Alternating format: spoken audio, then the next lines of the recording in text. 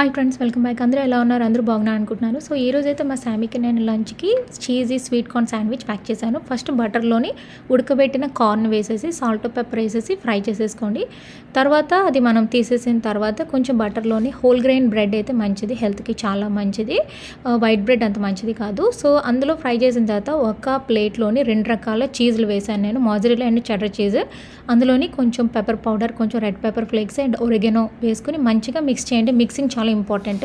Mix చేసిన తర్వాత bread మీద వేసేయండి. ఓకేనా, మంచిగా స్ప్రెడ్ చేయండి. ఇది కొంచెం మనకి పిజ్జా టేస్ట్ వస్తుంది, చాలా బాగుంటుంది. తర్వాత మనం ఇందాకలా కార్న్ని ఫ్రై చేసుకున్నాం కదా, అది మనం ఈ బ్రెడ్ మీద వేసేయండి. చీజ్ మీద ఎందుకు వేయమన్నానంటే అది అతుక్కుని ఉంటుంది, పిల్లలకి చాలా ఇంట్రెస్టింగ్గా ఉంటుంది అది. తర్వాత స్నాక్కి నేను చీటోస్ ప్యాక్ చేశాను. ఇలాగ బైట్ సైజ్ పీసెస్ కింద కట్ చేస్తే ఏంటంటే వాళ్ళకి పిజ్జా ఫీలింగ్ ఉంటుంది, చాలా టేస్ట్ అయితే అదిరిపోతుంది. వాళ్ళు మీకు ఎవ్రీ వీక్ ప్యాక్ చేయమంటారు ఫ్రెండ్స్. అండ్ వెరీ ఈజీ కదా, చాలా తక్కువ టైంలోనే అవుతుంది. దీంతోపాటు ఫ్రూట్స్